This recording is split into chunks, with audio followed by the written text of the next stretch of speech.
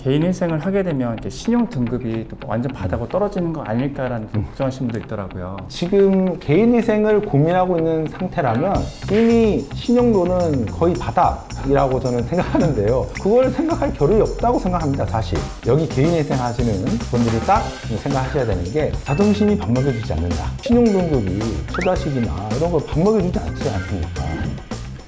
안녕하세요.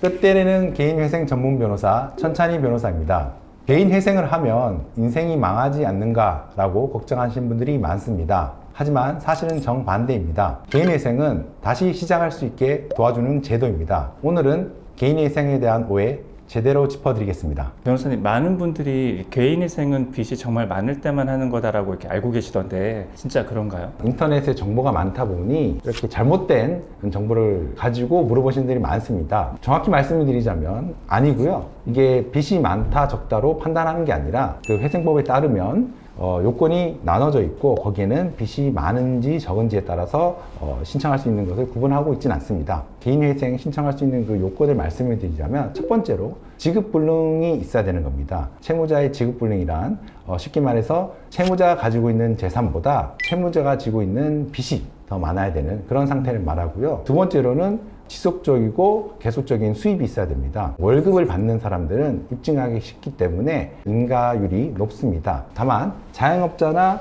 개인사업자도 이러한 지속적인 수입이 있다면 신청할 수가 있는데 이런 분들은 매출이나 증빙하기가 조금 까다로워서 상대적으로 월급여자보다는 인가율이 낮은 것이 사실입니다. 마지막으로 그 청산 보장의 원칙이라고 해서 당장 현재 청산했을 때의 그 가치보다 나중에 지속적으로 일부 급여를 갚는 그 가치 합계가 더 많아야 요건이 충족이 된다라고 보시면 되고요. 근데 많은 분들이 이제 개인회생을 할 때 고민하시는 게 회사에 소문날까봐 걱정하시는 분들 많더라고요. 실제로도 회사에서 알 수가 있나요? 요즘은 아시다시피 개인정보 보호라는 게 워낙 강하기 때문에 만약에 어떤 사람이 회사에서 개인회생을 신청한 후에 계좌를 지정하는 그 과정에서 담당 직원이 알게 되었다. 그 직원이 만약에 저 직원이 개인회생을 신청했다 이런 얘기를 했다면 이거는 개인정보보호법 위반이라서 형사처벌을 받을 수 있고요. 나아가서 형법상 명예훼손죄도 해당될 수가 있기 때문에 개인회생을 신청했다고 하더라도 소문이 나거나 그렇지 않습니다. 또한 이런 개인회생을 신청할 때 변호사나 법무사 대행을 맡기는 경우가 많은데 변호사나 법무사는 의뢰인들의 비밀을 유지해야 할 의무를 가지고 있습니다. 내가 개인회생을 했는지 이런 것이 다른 곳으로 유출될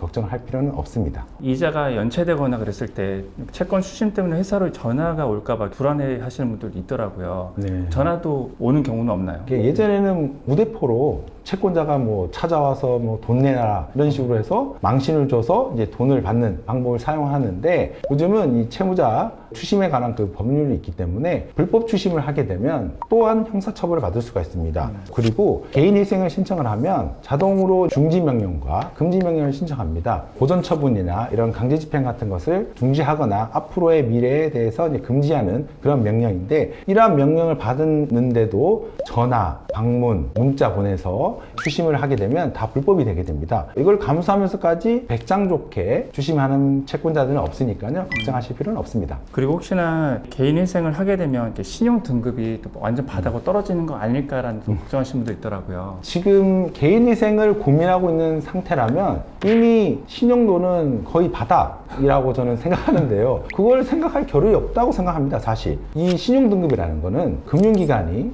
채무자한테 돈을 빌려주고 다시 돈을 변제받을 그 가능성에 따라서 등급을 나눈 건데 여기 개인회생 하시는 분들이 딱 생각하셔야 되는 게 자존심이 밥 먹여주지 않는다. 신용등급이 최저시기나 이런 걸 밥 먹여주지 않지 않습니까? 어떻게든 이자 갚아야 되고 원금 갚아야 되는데 그걸 고민하다가 시간이 지속이 되면 이자 늘어나고 원금이 더 늘어나서 신용등급은 더 낮아질 수밖에 없고 회복될 가능성이 더 낮아지는 겁니다. 오히려 개인회생을 해서 면책을 받은 다음에 성실히 일을 하면 오히려 그때부터는 신용등급이 올라갈 수 있기 때문에 신용등급을 생각하신다면 오히려 더 개인회생을 진행하는 게 맞습니다. 이거는 개인적으로 궁금한 건데요. 개인회생 중에는 금융거래를 또 못한다라고 알고 계신 분들 많더라고요. 이게 이제 개인회생을 하면 기본 원칙 가용소득을 모두 갚는다 이거예요. 가용소득이라는 게 뭐냐면 내가 생활하는 그 생활비, 교육비, 의료비 이런 등등을 빼서 내가 번 만큼 해서 그걸 뺀 나머지가 가용소득인데 그 가용소득만 갚으면 되는 거예요. 변제 계획에 따라서. 회생이란 그 제도의 그 취지가 일반적으로 생활을 하면서 사람을 살아가게끔 하는 그런 제도인데 금융기관도 당연히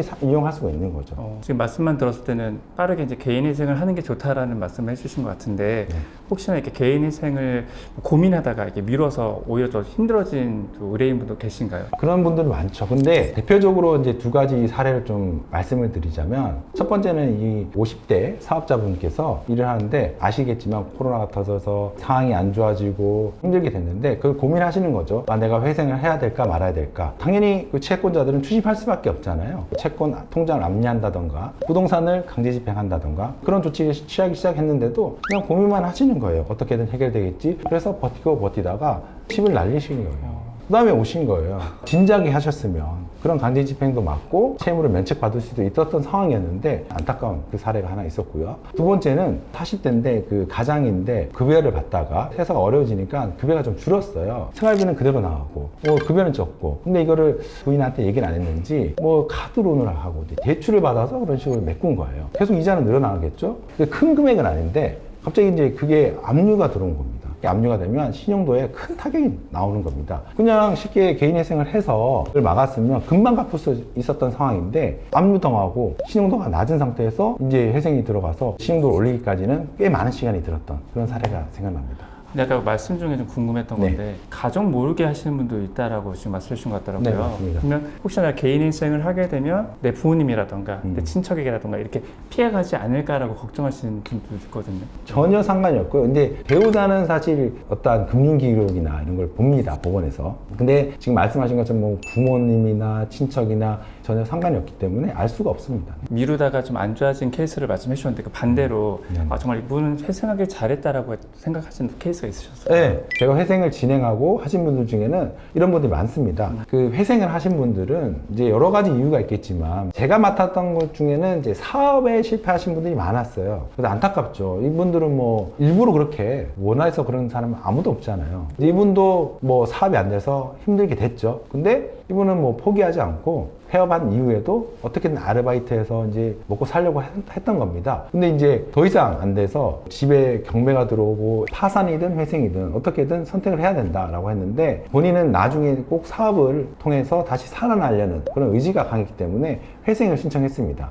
본인이 살고 있던 집도 지키고 회생 이후에는 오히려 더 잘 나가게 됐어요. 사업도 일으키고 이제 그러한 사례가 생각나고 두 번째로는 그 보증을 서서 이제 회생하시는 분도 많습니다. 보증을 섰다가 경매가 진행된 거예요. 나한테 보증을 서라고 한 사람한테 빨리 변제를 해달라 라고 얘기하신 분이 있었어요. 근데 이것을 계속 거부를 하다가 본인이 이제 회생을 하게 된 거죠. 본인이 직접 빌린 것하고 보증을 통해서 한 거와는 법원에서는 차이를 둬서 생각해요. 보증 채무가 꽤 컸거든요. 5억 이상이 되는데 어느 정도 이제 면책을 받을 수 있었던 기회가 있었습니다.